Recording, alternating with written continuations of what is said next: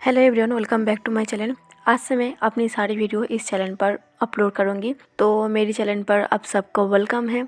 तो चलिए आज का पार्ट स्टार्ट करते हैं। पिछले पार्ट में आप लोगों ने सुना था नियोसन और लैनसन ऑफिस जा रहा था और नियोसन और लैनसन के बीच में विंग के बारे में बात हो रहा था। लैनसन ने कहा था वो विंग को भूल चुका है, वो अब विंग को याद नहीं करता। पर नियोसन को सच पता था, नियोसन को ये बात पता था लैनसन अब तक विंग को याद करता है और उसे बहुत प्यार करता है। बस इस बात को वो कभी मानता नहीं है। वो बस सबको ये दिखाता है वो विंग को भूल चुका है, पर वो अब तक विंग को याद करके उदास होता है। नियोसन इस बात को यहीं पर रोकता है और सीधा ऑफिस जाता है, क्योंकि नियोसन को ऑफिस के लिए लेट हो रहा था। कुछ टाइम बाद जब नियोसन लैनसन के ऑफिस पहुंच जाता है, लैनसन उदास था। तभी नियोसन कहता है, वांग जी तुम्हारे ऑफिस आ गया। तभी लैनसन अपनी गहरी सोच से बाहर आता है और कहता है मेरा ऑफिस आ गया।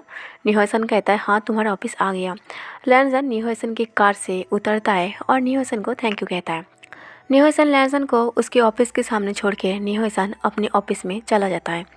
लैनसन अपने ऑफिस में जाता है और सबसे हाय हेलो कहता है। लैनसन के ऑफिस की कोई रूल नहीं था। लैनसन के ऑफिस की सारे एम्प्लॉय नॉर्मल कपड़ों में ही आ जाता था। लैनसन अपनी सारी ऑफिस एम्प्लॉय के साथ फ्रेंडली बिहेव करता था, किसी को भी कोई रोक टोक नहीं करता था और सारे एम्प्लॉय अपनी मनमर्जी चलाता था। लैनसन को देख के कोई नहीं कहेगा ये एक बॉस है। लैनसन सबके साथ अच्छे से बिहेव करता था। लैनसन को किसी चीज़ का कोई मैटर नहीं था, कौन कैसा है कौन क्या करता है। लैनसन को बस एक ही चीज़ का मैटर था, कुछ भी करो पर काम अच्छे से करो। और सारे एम्प्लॉय बिना यूनिफॉर्म के ही आ जाता था, सभी लोग नॉर्मल कपड़ों में काम करता था। लैनसन ऑफिस में आते ही सारे एम्प्लॉय के साथ मस्ती में हाय हेलो कहता है और अपनी ऑफिस रूम में जाके चेयर में बैठता है। सबसे पहले एक असिस्टेंट आके लैनसन को एक कॉफ़ी देता है। लैनसन कॉफ़ी पीता है और एक एम्प्लॉय आके लैनसन के सामने बहुत सारा फाइल रख देता है। लैनसन कहता है ये क्या है, सुबह सुबह तुमने मेरे सर पर इतना सारा फाइल का भार क्यों लगा दिया। वो एम्प्लॉय कहता है सर कल ऑफिस बंद था इसलिए आपको सारा काम करना पड़ेगा। लैनसन कहता है कल ऑफिस बंद था इसलिए आज इतना सारा काम। वो एम्प्लॉय कहता है यस सर। लैनसन कहता है इतना काम मैं कैसे कर पाऊँगा। वो एम्प्लॉय कहता है सर ये काम इतना भी ज़्यादा नहीं है, सिर्फ आपको फाइल चेक करना है। लैनसन कहता है तुम्हें लगता है सिर्फ फाइल चेक करना उतना ज़्यादा काम नहीं है, तुम्हें पता है एक फ़ाइल चेक करने में कितना वक्त लगता है। वो एम्प्लॉय कहता है सर ये काम तो सिर्फ आपको ही करना होगा। ऐसा कह के वो एम्प्लॉय चला जाता है। लैनसन अपनी सर पर हाथ रख देता है और सोचता है इतना सारा फाइल मैं कब तक चेक करूँगा, मुझे अच्छा नहीं लगता जब मेरे ऑफिस में इतना काम रहता है, मुझे अब क्या करना चाहिए। जब लैनसन को कुछ समझ में नहीं आ रहा था वो क्या करे, वो नियोसन को कॉल करता है। नियोसन कहता है लैन बांग जी मैं अभी अभी ऑफिस आया हूँ, बस आधा घंटा हुआ है और तुम आधे घंटे में मुझे इतना मिस किया, तुमने सीधा कॉल कर लिया। लैनसन कहता है नियोसन बकवास बंद करो और मेरी बात अच्छे से सुनो। कल ऑफिस बंद था तो सुबह आते ही मेरे एम्प्लॉय ने मुझे इतना सारा फाइल दे दिया चेक करने के लिए। मुझे इतना ज़्यादा काम पसंद नहीं है, ऑफिस में थोड़ा बहुत कम रहे, इसके लिए मुझे क्या करना पड़ेगा। नियोसन कहता है बस सिर्फ इतना सा प्रॉब्लम है और तुम इतना टेंशन ले रही हो। लैनसन कहता है ये प्रॉब्लम तुम्हें इतना सा लग रही है। नियोसन कहता है और नहीं तो क्या, तुम और एक एम्प्लॉय रख लो अपने काम के लिए तो तुम्हारा काम थोड़ा कम हो जाएगा। लैनसन कहता है एक एम्प्लॉय रखने मेरा हर एक प्रॉब्लम का सल्यूशन मिल जाएगा। नियोसन कहता है क्यों नहीं। लैनसन कहता है ऐसा पर्सन कहाँ मिलेगा जो मेरे हिस्से का काम करे। नियोसन कहता है तुम अपने भाई से क्यों नहीं कहते। वांग जी कहता है मेरे भाई से, क्या वो मेरी मदद करेगी। नियोसन कहता है तुम एक बार कह के तो देखो, हो सकता है वो तुम्हारी मदद कर दे। लैनसन कहता है ठीक है मुझे एक बार कॉल कर लेना चाहिए। ऐसे कह के वांग जी कॉल को कट करके सीजन को कॉल लगाता है। सीजन जब कॉल उठाता है वांग जी कहता है भैया मैं आपसे बात करना चाहता हूँ। सीजन कहता है हाँ वो तो मुझे पता है इसीलिए तुमने कॉल किया होगा। वांग जी कहता है भैया मुझे ऑफिस संभालना नहीं आता, मुझसे नहीं होगा ये सब काम, आप अपने ऑफिस में मुझे क्यों नहीं रख लेते, आप जो ऑर्डर करेगी मैं वही करूँगा, मुझे इतना सारा टेंशन नहीं लेना, मुझे टेंशन भरी ज़िंदगी अच्छा नहीं लगता। सीजन कहता है मैं तुम्हें अपने ऑफिस में जगह नहीं दूंगा, तुम खुद का ऑफिस चलाओ। वांग जी कहता है प्लीज़ भैया आप अपने ऑफिस में मुझे रख लो ना। सीजन कहता है नहीं वांग जी तुम्हें मैं अपने ऑफिस में नहीं रहने दूंगा, तुम अपनी खुद को लाइफ को सुधारो, तुम ऐसे नहीं जी सकते, तुम्हें एक जिम्मेदार इंसान बनना होगा। और मुझे पता है अगर तुमने मेरे ऑफिस में काम किया तुम सिर्फ मेरी ऑर्डर को फॉलो करेगी और जब तुम्हारा काम ख़त्म हो जाएगा तुम मौज मस्ती में लग जाओगी। इसलिए तुम्हें मैं अपने ऑफिस में काम नहीं करने दूंगा। अगर तुम खुद के ऑफिस में काम करोगे तो तुम थोड़ा जिम्मेदार बनोगे। वांग जी कहता है पर मुझसे ये सब नहीं हो रहा है। सीजन कहता है वांग जी तुमसे बहुत अच्छे से हो रहा है। अगर तुम थोड़ी और मेहनत लगाओगी और थोड़ा सोचोगी तो तुम अच्छा काम करोगे। वांग जी गुस्से में कहता है मुझे पता था आप ऐसा ही कहोगे, तो फिर आपको मेरी मदद करना पड़ेगा। सीजन कहता है कैसी मदद?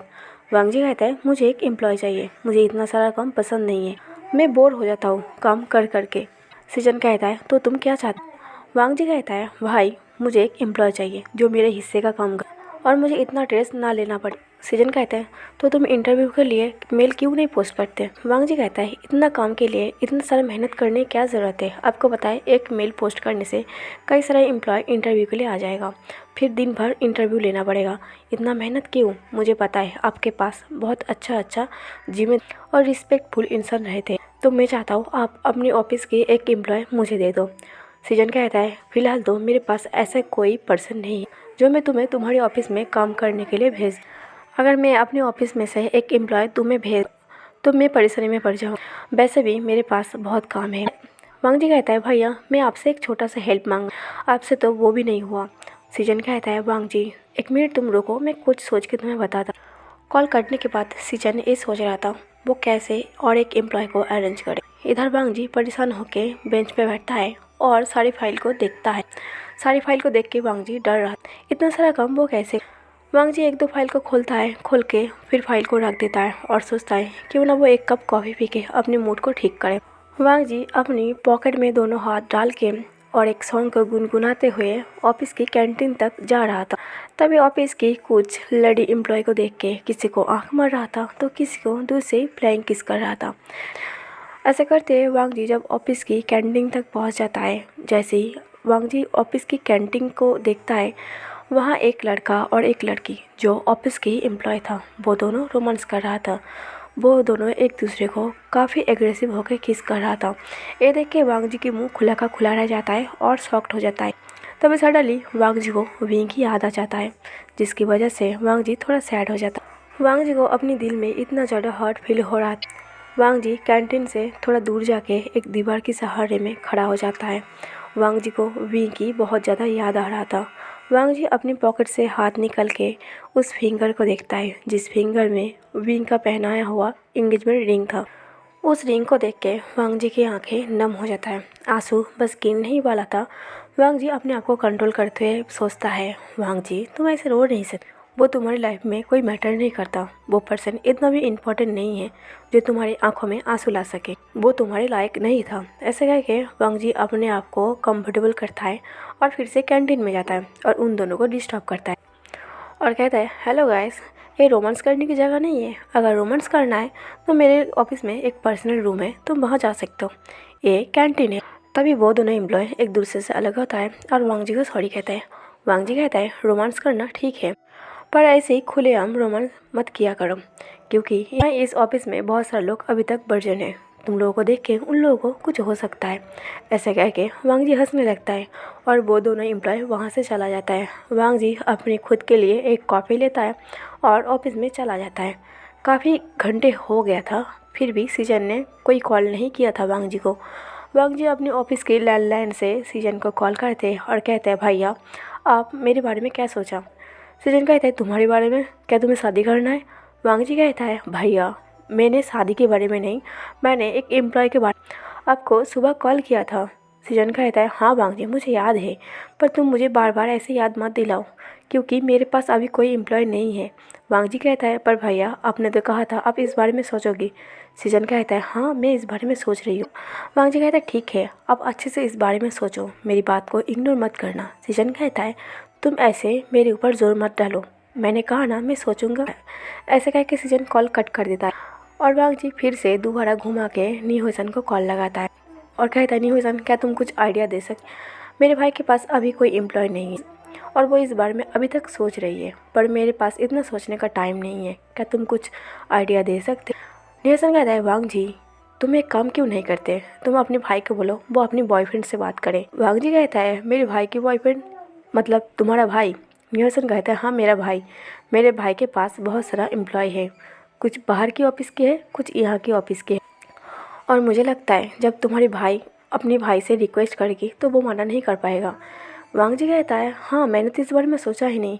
ऐसे कह के वांग जी तुरंत निहोसन का कॉल कट कर सीजन को फिर से कॉल लगाता है। सीजन जब वांग जी का कॉल उठाता है, सीजन फ्रस्ट्रेशन हो जाता है।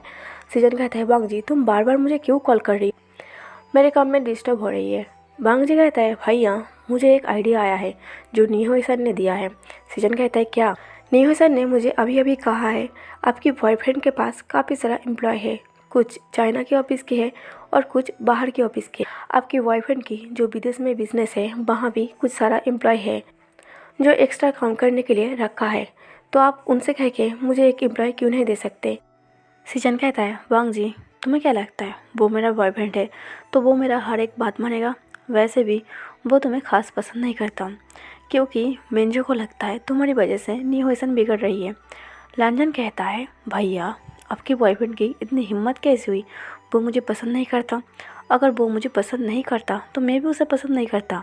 मैं आपकी शादी उससे नहीं होने दूंगा, ऐसा नी मेंजो को बता देना। सीजन कहता है, इतना गुस्सा मत करो, तुम तो सीधे शादी तक पहुंच गए। वांग जी कहता है, भैया आप अपने बॉयफ्रेंड से कहो ना एक बार, मुझे लगता है वो आपकी बात ज़रूर मानेगी। वांग जी कहता है, भैया जैसा बेबी कह के नी मेंजो को सुबह मनाया था अब वैसे ही मनाओ। वांग जी की बात सुन के सीजन हंसने लगता है और कहता है, वांग जी बेबी कहने से वो हर एक बात मान जाएगा ऐसे किसने कहा? लाजन कहते हैं, भैया मैंने देखा था जैसे आपने एक बार बेबी कहा वो तुरंत मान गए। आप उनसे थोड़ा मीठा मीठा बोला करो तो वो आपकी बात ज़रूर मान जाएगा।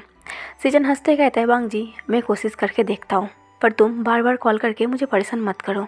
वांग जी कहता है, अगर आप कोशिश करोगे तो मैं आपको कॉल करके परेशान नहीं करूँगा, पर आप वादा करो मैं कॉल नहीं करूँगा, पर आप कॉल करके मुझे अच्छी खबरें सुनाएंगे। सीजन कहता है, मैंने कहा ना मैं कोशिश करूँगा, तुम इतना ज़िद्दी मत बनो। ऐसे कह के सीजन वांग जी का कॉल कट कर देता है। इधर नी मेंजो को दिखाया जाता है। नी मेंजो जो कुछ फाइल चेक कर रहा था। नी मेंजो नी हुईसन को बुलाता है कॉल करके। नी मेंजो नी हुईसन को कॉल करके बुलाने से नी हुईसन थोड़ा डर जाता। नी हुईसन को लग रहा था कहीं उसके भाई कल रात के बारे में कहीं पता तो नहीं चल गया। ऐसा सोचते हुए नी हुईसन डर डर के अपने भाई की ऑफिस रूम में आता है।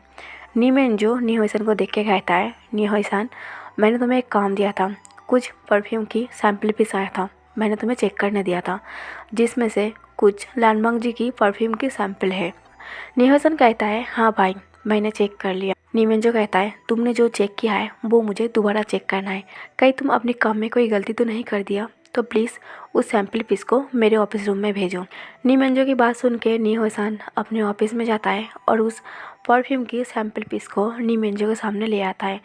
नी मेंजो हर एक परफ्यूम की बोतल को अच्छे से चेक कर रहा था, जिसमें से लानबांग जी का भी था। जैसे ही नी मेंजो लानबांग जी का परफ्यूम का बोतल देखता है, नी मेंजो कहता है, ये क्या है, तुमने इसे क्यों चूज़ किया है? नी हुईसन कहता है, भाई ये परफ्यूम सच में बहुत अच्छा है, मुझे इसका जो फेरोमेंट्स है वो बहुत पसंद आया।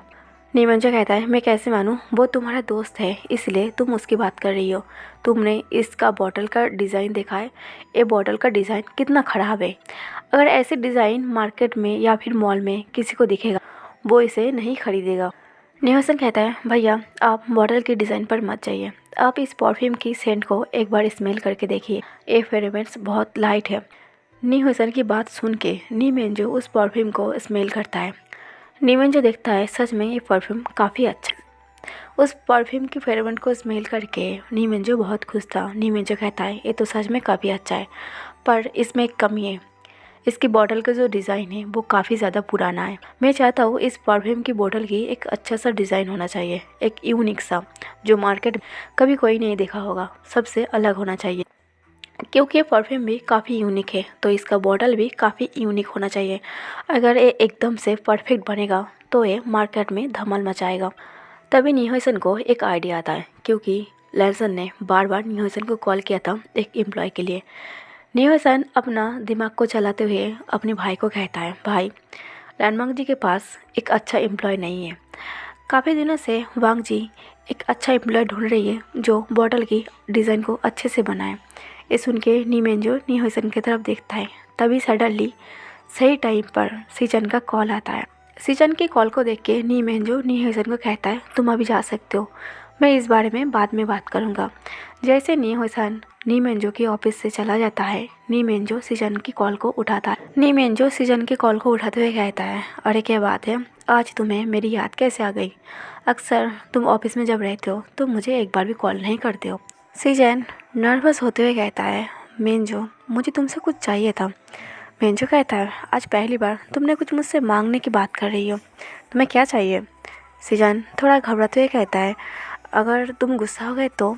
मेंजो कहता है, बेबी मैं तुमसे कभी गुस्सा नहीं होता, तुम्हें पता है, बस तुम एक बार मांग के तो देखो। सीजन नर्वस होकर कहता है, तुम्हारा एक एम्प्लॉय मुझे चाहिए, वो भी मेरे भाई के लिए। ये सुन के नी मेंजो एकदम से शॉक्ड हो जाता है। मांगा तो क्या मांगा, एक एम्प्लॉय, वो भी अपने भाई के लिए। नी मेंजो कहता है, तुम्हें अपने भाई के लिए एम्प्लॉय चाहिए, वो भी मुझसे मांग रही हो तुम। सीजन कहता है, मुझे पता था तुम मेरे ऊपर गुस्सा करोगी। नी मेंजो कहता है, मैं तुम्हारे ऊपर गुस्सा नहीं कर रही हूँ, तुमने पहली बार मुझसे कुछ मांगा, वो भी एक एम्प्लॉय। मुझे लगा था तुम शायद मुझे डेट के लिए पूछोगी या फिर तुम मुझसे गिफ्ट मांगोगी, पर तुमने मांगा तो क्या मांगा, एक एम्प्लॉय मांगा, वो भी काम की वजह से।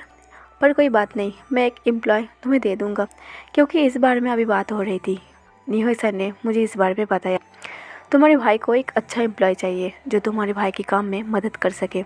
और लालमांग जी की किस्मत अच्छा है, क्योंकि विदेश से मेरा एक एम्प्लॉय चाइना आया है 2 दिन पहले, और मेरे ऑफिस में अभी सारे एम्प्लॉय फुल है, एक भी जगह खाली नहीं है कि मैं उसे काम पर लगाऊं। तो ये अच्छा बात हुआ, मैं तुम्हारे भाई के ऑफिस में उसे काम पर लगा दूंगा, पर थोड़ा अच्छे से बिहेव करने के लिए कहना, क्योंकि ये एम्प्लॉय थोड़ा अलग है। वो पर्सन जिम्मेदार और समझदार है, फालतू की बातें उसे पसंद नहीं है, और मल्टी टैलेंटेड है। एक काम करो, तुम अपने भाई को लेके मेरे ऑफिस कल आ जाओ, मैं उसे कल बुला लूँगा और यहीं पर मीटिंग फिक्स करा दूँगा, क्योंकि मेरे पास अभी इतना टाइम नहीं है कि मैं उसे लेके तुम्हारे भाई के ऑफिस तक जाऊँ। मेरी बात को बुरा मत मानना। सीजन कहता है, तुम अपने ऑफिस से एक एम्प्लॉय मेरे भाई को दे रही हो, यही बहुत बड़ी बात है। मैं अपने भाई को लेके कल तुम्हारे ऑफिस चला जाऊँगा। सीजन नी मेंजो कहता है, थैंक यू सो मच मेरी मदद करने के लिए। नी मेंजो कहता है, मदद करने की वजह से मुझे तुम्हारी थैंक यू नहीं चाहिए, मुझे कुछ और सुनना है। सीजन कहता है, मुझे पता है। सीजन कहता है, मैं तुमसे बहुत ज़्यादा प्यार करता हूँ। नी मेंजो कहता है, पर इस बात को तो हर कोई इंग्लिश में बोलते हैं, आई लव यू।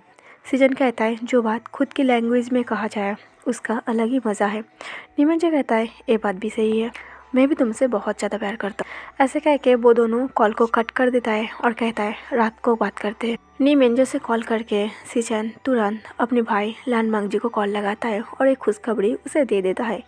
एक खुशखबरी सुन के लानमांग जी भी निहोई सन को कॉल करता है और उसे भी थैंक यू सो मच कहता है, और कहता है, मैं तुम्हें आज पार्टी देना चाहता हूँ, तुम्हारी वजह से मेरा इतना बड़ा प्रॉब्लम सॉल्व हुआ। निहोई सन कहता है, सॉरी, मुझे तुम्हारा पार्टी नहीं चाहिए, शायद तुम्हारी पार्टी की वजह से मेरे भाई से मेरा पिटाई पड़ेगा। लैनसन कहता है, तो फिर ठीक है, पार्टी कैंसिल और मेरा पैसा बच गया। ऐसे कह के लैनसन कॉल कट कर देता है और बड़ी सी स्माइल करता है। अगले दिन दोपहर की 12 बजे, जैसे नी मेंजो ने सीजन को और लानमांग जी को उसके ऑफिस में आने के लिए कहा था, वैसे सीजन और लानमांग जी नी मेंजो के ऑफिस आता है। नी मेंजो लैनसन को उस पर्सन के बारे में सब कुछ समझाता है। वहाँ सीजन भी बैठा था। नी मेंजो लैनसन को कहता है, मैं तुम्हें अपना एक एम्प्लॉय दे रही हूँ, उसका अच्छे से रिस्पेक्ट करना। ऐसे कह के नी मेंजो उस पर्सन को कॉल करता है और कहता है, तुम मेरे ऑफिस रूम में आ जाओ, तुम अपने नए बॉस से मिल लो। ऐसे कह के नी मेंजो कॉल कट कर देता है और 5 मिनट बाद वो पर्सन आता है, दरवाज़ा खोलता है और कहता है, मैं आई कम इन सर। जैसे ही लैनसन वो वॉइस सुनता है, लैनसन को वो वॉइस कुछ जाना पहचाना सा लग रहा था, ऐसा फील हो रहा था वो वॉइस वो कहीं सुना है। सडनली लैनसन को वो वॉइस पहचान में आता है। लैनसन शॉक्ड होते सोचता है, कहीं ये वो ही तो नहीं है। तभी नी मेंजो कहता है, कम इन, अंदर आ जाओ। जैसे ही वो पर्सन अंदर आता है, लैनसन तुरंत खड़ा होता है और उस पर्सन की तरफ मुड़ता है। जैसे ही वो दोनों एक दूसरे को देखता है, वो दोनों लाउड वॉइस में कहता है, तुम, और दोनों एक साथ कहते हैं, तुम यहाँ कैसे। नी मेंजो और सीजन दोनों ही उठ के खड़ा हो जाता है उन दोनों की लाउड वॉइस से। सीजन भी उस पर्सन को देख के शॉक था। नी मेंजो कहता है, क्या तुम दोनों एक दूसरे को जानते हो? वो दोनों एक दूसरे के फेस को देखता है और एक साथ कहता है, नहीं। नी मेंजो कहता है, तो तुम दोनों ऐसे क्यों चिल्लाए, जैसे तुम दोनों एक दूसरे के दुश्मन हो? तभी लैनसन कहता है, मुझे बस कुछ ये फेस जाना पहचाना सा लग रहा था। तभी नीमन जो कहता है इससे मिलो, इसका नाम है विभूषण। आज से विभूषण तुम्हारे ऑफिस में काम करेगी। ये सुन के विभूषण शॉक्ड होते हुए नीमेंजो की तरफ देखता है और कहता है सर आप मुझे इसके ऑफिस में क्यों भेज रही हो। नीमेंजो कहता है तुमने तो अभी अभी कहा तुम इसे नहीं जानते हो। विभूषण कहता है यस सर मैं इसे नहीं जानता, पर मुझे आपके साथ काम करना पसंद है, तो मैं सिर्फ आपको ही बॉस मानना चाहता हूँ। नीमेंजो कहता है मुझे पता है, पर इस वक्त सबसे ज़्यादा लानबांग जी की तुम्हारी ज़रूरत है, तो तुम्हें अब लानबांग जी के लिए काम करना पड़ेगा। तुम कुछ दिन लानबांग जी के ऑफिस में लानबांग जी के साथ काम करो, उसके बाद मैं तुम्हें अपने ऑफिस में बुला लूँगा। तो आज का पार्ट यहीं पर ख़त्म कर रही हूँ। आज का पार्ट कैसा लगा कमेंट करके ज़रूर बताना, लाइक और शेयर कर देना और मेरी इस नई चैनल को सब्सक्राइब ज़रूर कर लेना। और जो लोग इस चैनल में नहीं हो तो उन लोगों को मेरे पुराने चैनल के बारे में पता नहीं है और शायद आप लोगों को मेरा फास्ट पार्ट नहीं मिलेगा, तो फास्ट पार्ट सुनने के लिए आप लोग मेरी पुराने चैनल पर जाके सुन सकते हो। मेरा पुराना चैनल का नाम यही है WX जेलावर। तो आज के लिए बस यही तक। मेरी स्टोरी को सुनने के लिए आप सबको बहुत बड़ा थैंक यू।